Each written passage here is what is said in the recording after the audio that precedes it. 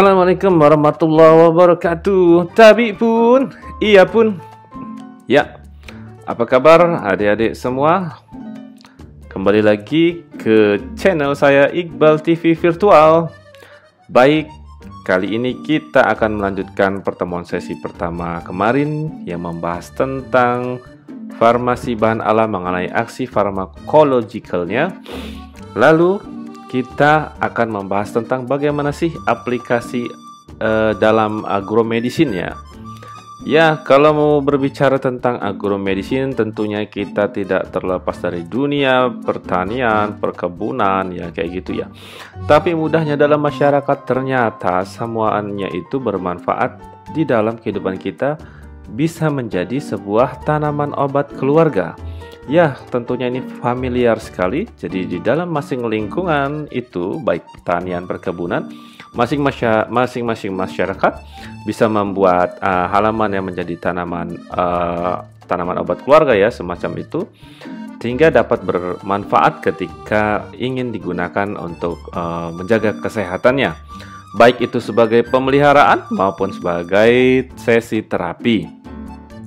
Ya, dalam hal ini memang pernah saya bawakan bersama Pakis Fakultas Kedokteran Universitas Lampung dengan tema tanaman obat keluarga.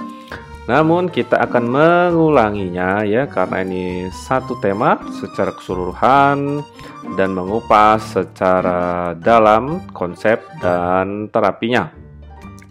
Ya, baik.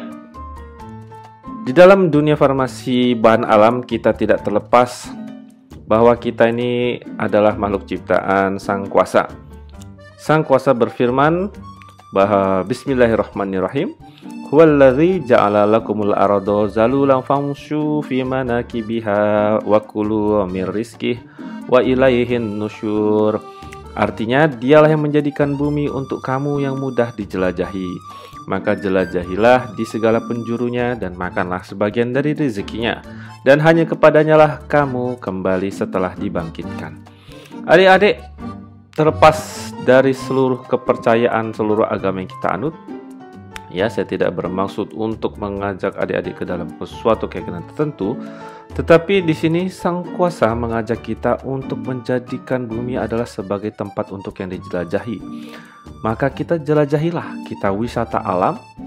Ternyata hikmahnya di dalam dunia medis adalah kita dapat menemukan obat-obatan. Dan tanpa kita sadari, ketika di pantai ternyata justru di situ adalah gudangnya obat-obatan. Baik dari tanaman yang tertanam di sananya maupun dari air lautnya sendiri. Ya, tanamannya kalau adik-adik ke pantai itu bisa melihat ada apa? Pohon mengkudu, pohon kelapa, tanaman lainnya yang di sana ternyata mempunyai unsur mineral yang kuat. Adik-adik tahu fungsinya? Pohon kelapa dari akar sampai atas itu bermanfaat semua untuk kesehatan. Buahnya saja sebagai mineral elektrolit tubuh. Akarnya bisa mengobati kanker. Dan lain-lain, masih banyak. Mengkudu yang sangat fenomenal juga dengan segudang aktivitas farmakologinya, baik sebagai ekstrak maupun sebagai senyawa isolat dari kandungan aktif atau konstituennya. Bahkan air laut kita belajar ternyata dia juga bisa menormalkan energi-energi negatif di dalam tubuh kita. Pasir laut bisa diartikan sebagai absorben dalam dunia farmasi. Menyerap racun dikaitkan dengan adanya kombinasi proses osmosis maupun difusi dari garam air laut. Luar biasa, jadi ayat ini mengajarkan kita ketika jalan-jalan menelaah, carilah sesuatu ilmu, kemudian jangan lupa makan-makan. Makanlah sebagian dari rezekinya. Dan kita selalu ingat bahwa kepadanya kita dikembalikan. Ya, penting kita mengetahui dasar ini karena semuanya adalah erat kaitannya dengan alam. Manusia erat kaitannya dengan alam. Kita lihat di situ ada peta kuburan. Suatu saat kita akan meninggal. Kita lihat ya, apa prinsip dari metabolit sekunder dari tumbuhan. Ternyata tumbuhan menghasilkan metabolit yang bermanfaat bagi manusia. Manusia dikubur di situ. Jadi mau nggak mau adalah suatu dunia perputaran ya. Ini adalah suatu hukum perputaran. Jadi nggak jauh-jauh ada unsur lah manusia, unsur hara dari manusia terkait dengan tumbuhan itu.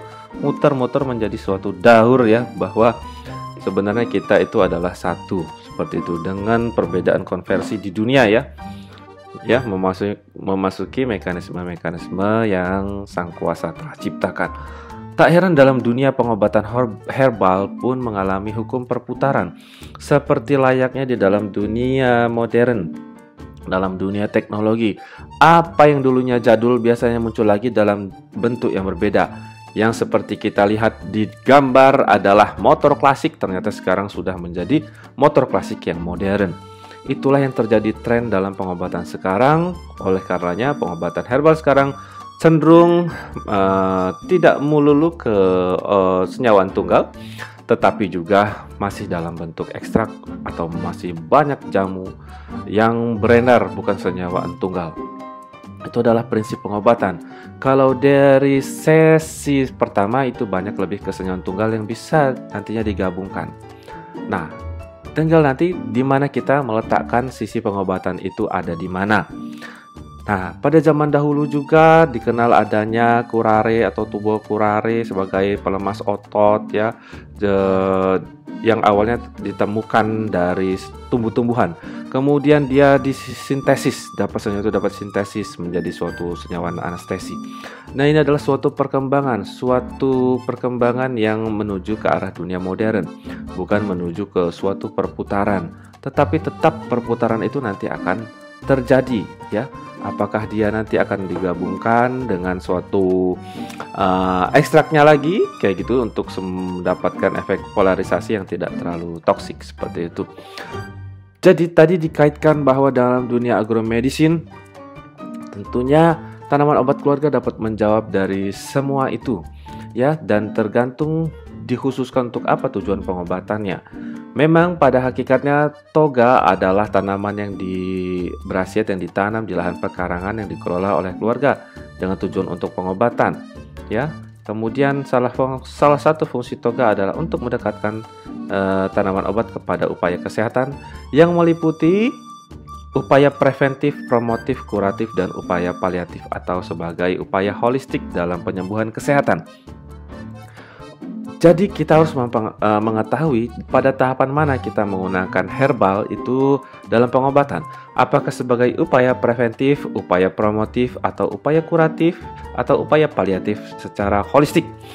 Untuk upaya paliatif atau holistik biasanya adalah untuk mengatasi penyakit-penyakit yang sudah sulit sekali disembuhkan, seperti penyakit kanker ya, penyakit kejiwaan, dan lain-lain. Disinilah peran tanaman obat keluarga. Ya, jadi dalam sejarahnya memang pengobatan herbal itu dulu ya terbagi menjadi 3 bagian, yaitu golongannya sebagai negara yang bersifat inklusif, integratif, maupun toleran. Nah, kalau inklusif ini seperti negara Inggris, Jerman, Kanada, dia menggunakan obat herbal tapi masih terbatas ya. Kemudian integratif ini sudah menggabungkan antara obat herbal dengan obat konvensional dan dalam dunia pelayanan kesehatannya. Dia sudah menggabungkan, contohnya negara Cina, Korea, dan Vietnam.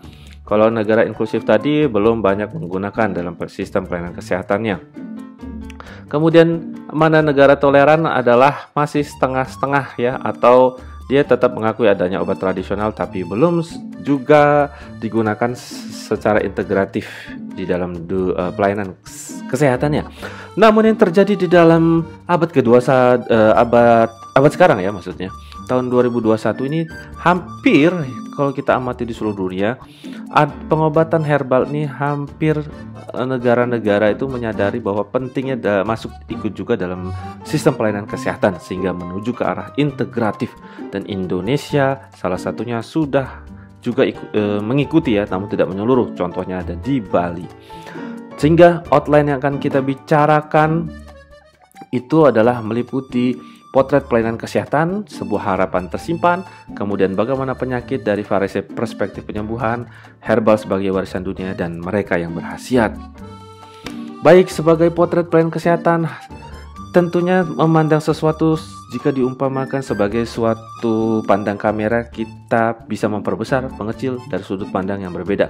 Sehingga dari mana kita mencapai kesimpulan adalah tergantung dari sudut pandang kita. Penggunaan konsumsi obat tradisional meningkat secara drastis dan masif di seluruh belahan dunia. Obat herbal digunakan sebagai terapi alternatif untuk penyakit-penyakit kasus kesehatan yang ternyata degeneratif dan sulit diobati.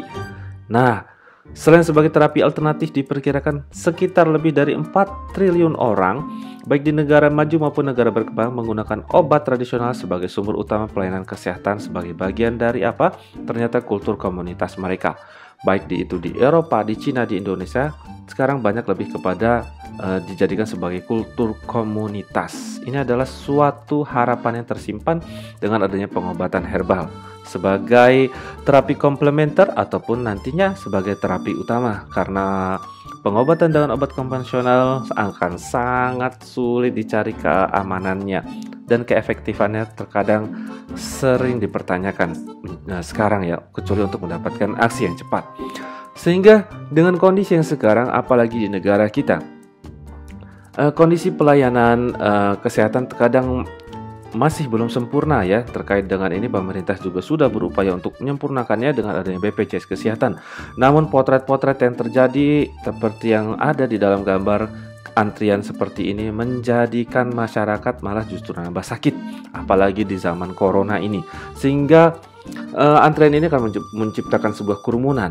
Dengan demikian, kita memerlukan suatu sistem pelayanan kesehatan dan sistem pengobatan yang lebih integratif, terintegratif, baik itu konvensional maupun herbal. Apakah ini bisa menjadi jawaban? Dengan melihat itu, tentunya sebagai apoteker, kita harus memandang penyakit adalah dengan berbagai variasi perspektif penyembuhan ya. Jikalau itu digambarkan dengan seorang Rizky Febrian yang dengan menggunakan teropong, kita akan melihat dunia itu tergantung dari sisi pandang kita. Begitulah dengan penyakit ya, akan sangat tergantung dari sisi teropong kita.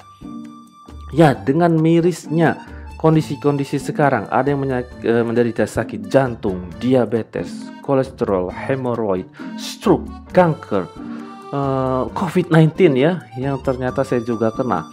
Kemudian ada hipertensi dan ada lagi orang yang gangguan jiwa kesurupan. Apakah semua bisa disembuhkan dengan obat konvensional? Pasti jawabannya bukan setengah-setengah lagi, tentu tidak ya. Itulah diperlukan namanya variasi penyembuhan dalam pandang yang lain ya.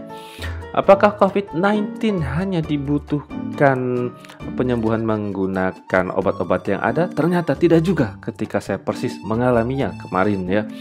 Jadi nanti akan dibahas juga di sini bagaimana sih peran penting herbal itu dalam penyembuhan penyakit. Apakah orang sakit jiwa bisa disembuhkan total dengan obat? Dia saya paham? Tidak juga ya. Itulah perlunya kita memandang dari sudut perspektif yang berbeda. Apakah sakit kanker dapat disembuhkan dengan obat konvensional? Tidak juga ya. Nah, inilah perlunya kita memandang bahwa adanya complementary alternative medicines atau disingkat dengan CAMS yang kalian telah pelajari di semester sebelumnya. Ya, di sini sama persis terdiri dari berbagai macam variasi penyembuhan metode yang dimana ini dapat dikombinasikan satu sama lain untuk mencapai satu tujuan. Nah, entah mitos atau fakta yang terjadi di masyarakat seperti adanya pengobatan alternatif Ningsih Tinampi, kemudian adanya Ustadz Danu atau dari yang mana yang lainnya adalah menggunakan seperti kekuatan supranatural. Apakah mitos fakta?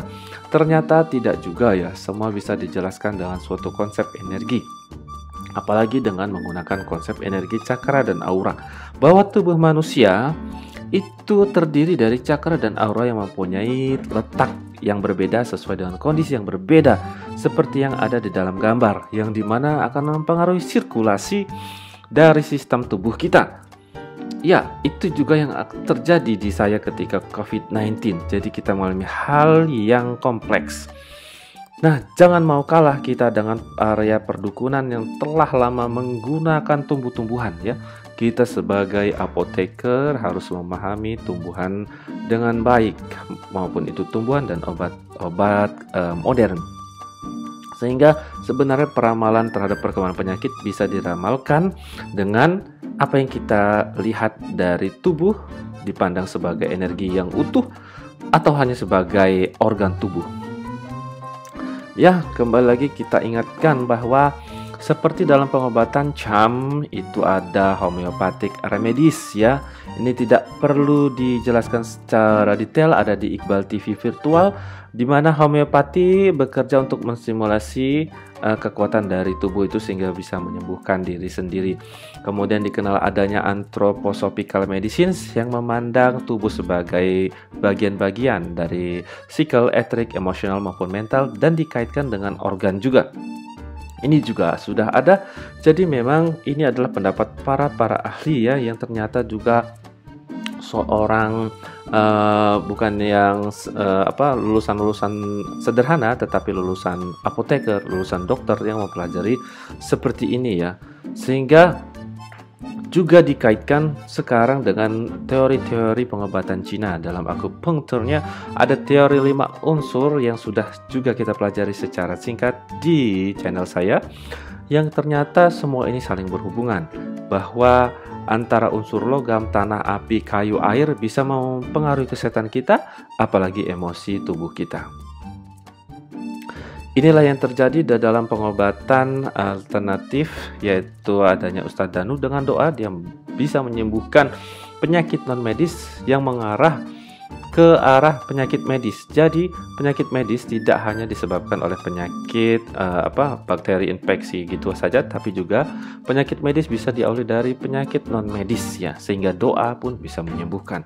Seperti yang dilakukan Ustadz Danu atau seorang Hinduisme ya, atau Buddhisme di sini dengan menggunakan terapi energi, dia menggunakan doa. Nah, seperti ini ya, saya pernah berdiskusi berada di dalam kelasnya teman baik saya, yaitu seorang dosen ya, Bapak Sarmoko PhD lulusan Jepang. Terapi kanker ternyata kompleks ya. Adik-adik tidak bisa diselesaikan dengan pandang mata saja, bahwa dengan penghambatan salah satu protein atau reseptor ternyata bisa membuat reseptor itu semacam bermutasi, mencari jalan yang lain, selalu ingin berkembang. Ketika dihambat di sisi atasnya, dia sisi bawahnya repot sendiri, berubah sendiri. Ketika dihambat sisi bawahnya, sisi atasnya juga cenderung berubah-berubah, sehingga akan sulit, sehingga membutuhkan pendekatan yang kompleks dalam dunia pengobatan herbal. Apakah dia digunakan senyawa tunggal ataukah senyawaan gabungan? Itu masih menjadi pertanyaan ya dalam diskusi kami. Nah, sehingga pengobatan herbal dalam aksi farmakologi tentu kita jangan melupakan bahwa terdapat aksi-aksi potensial yang terjadi dalam dunia persarafan kita. Kalau mempelajari aksinya, tentunya adik-adik bisa melihat di dalam kuliah biolistrik saya ketika mengajar adik-adik di keperawatan ya, di universitas yang lain. Di situ terdapat pelajaran aksi potensial pentingnya. Kemudian arti pentingnya akan menyangkut kepada reseptor, di mana reseptor itu ternyata terdiri dari bagian-bagian ya, yang mempunyai domain-domain tertentu yang kemudian akan menyalurkan aksi potensial, menggerakkan neurotransmitter yang terkait dengan keion kalium natrium yang penting sekali menyebabkan aksi potensial. Karena apa? Senyawaan herbal tersendiri itu ternyata mempunyai muatan dipol ya. Kita lihat muatan itulah yang akan berikatan dengan reseptor yang kita pelajari dalam farmakokimia. Di situ ada suatu gambar ya, bahwa senyawaan tertentu berikatan baik ya sebagai hidrogen bond, apakah dia berikatan kovalen, apakah dia berikatan secara ion dipol-dipol, apakah ikatan-ikatan lainnya. Dan ini ada mempunyai muatan, sehingga kesimpulannya tubuh kita mempunyai listrik, punya aksi potensial. Ya, tak heran ketika kita terkadang menyentuh orang tertentu kok dia bisa nyetrum. Nah, seperti itu ya. Itu membuktikan bahwa ada energi yang lain di dalamnya. Pengobatan alternatif akan selalu dilirik ketika suatu penyakit itu sulit disembuhkan. Contohnya HIV. Ternyata menggunakan medicinal herbs menjadi suatu pilihan dalam pengobatan HIV ya, selain terapi-terapi yang lain. Ini dari suatu penelitian oleh Mandrake Bahal 2017, sehingga kita melihat adalah herbal sebagai warisan dunia. Ya, termasuk warisan dunia yang sangat berharga dalam berbagai kitab-kitabnya. Dari zaman prehistory maupun ancient history, before century, after century, nah itu mempunyai jalan sendiri-sendiri sehingga pada zamannya modern mencapai suatu saat discovery dan isolasi compounds dari senyawa-senyawa herbal, dan sekarang masuki abad tahun 2021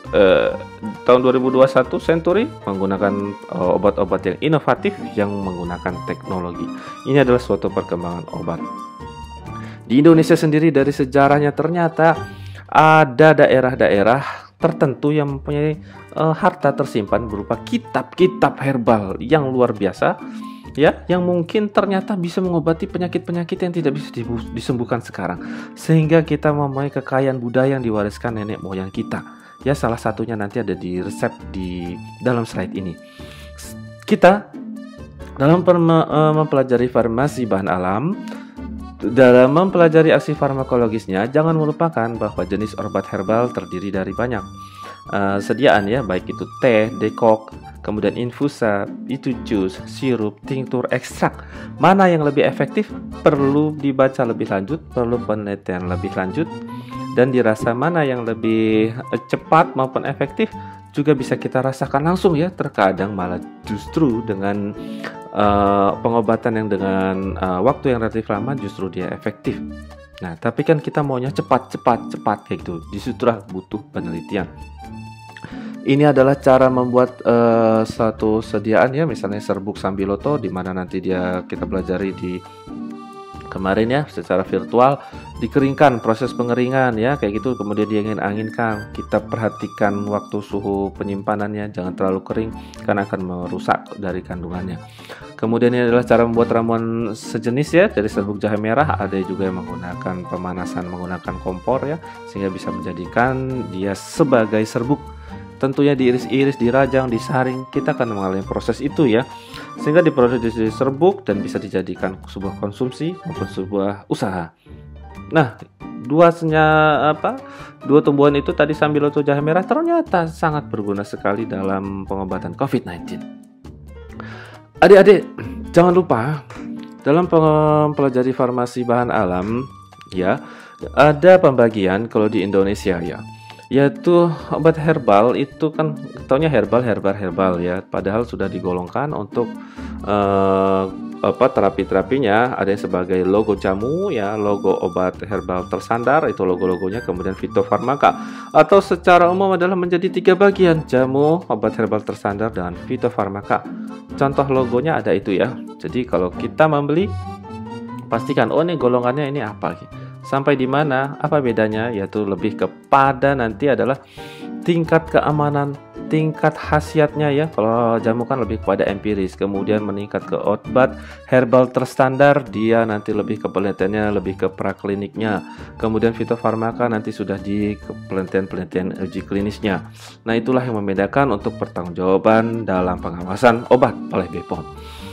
Nah, ini adalah sejarah perkembangan obat yang juga kita telah pelajari, ya, mengalami beberapa fase dari basic research dari banyak 10.000 atau 100 juta compounds, ya, bisa memakan waktu yang lama, kemudian mengalami uji-uji sampai dari preklinik, ya, kemudian klinik, mengalami dalam beberapa fase dengan perbedaan volunteers selama beberapa tahun, kemudian mengalami fase 4 post marketing dan masih diakses balik lagi selama beberapa tahun. Tidak heran penemuan obat yang manjur itu lama sekali. Bisa nggak nemuin obat cara cepat? Bisa-bisa aja, coba-coba sendiri, ya. Tapi keamanan tentunya harus selalu mengikuti pedoman standar obat ini untuk di market authorizations untuk keamanan. Begitu juga dengan vaksin yang lagi melanda ini, ya. Kecuali ada penggunaan emergency use of authorizations. Dan kita perlu menyadari bahwa perbedaan antara herbalism dengan rasional fitoterapi lebih kepada bukti saintifiknya. Itu yang harus kita pegang, ya. Seperti itu, ya, ini sudah dipelajari juga. Baik, sebelum kita mempelajari apa yang mereka berkhasiat, kita akan memotong video ini, ya, dan kita akan lanjut dengan video yang ketiga.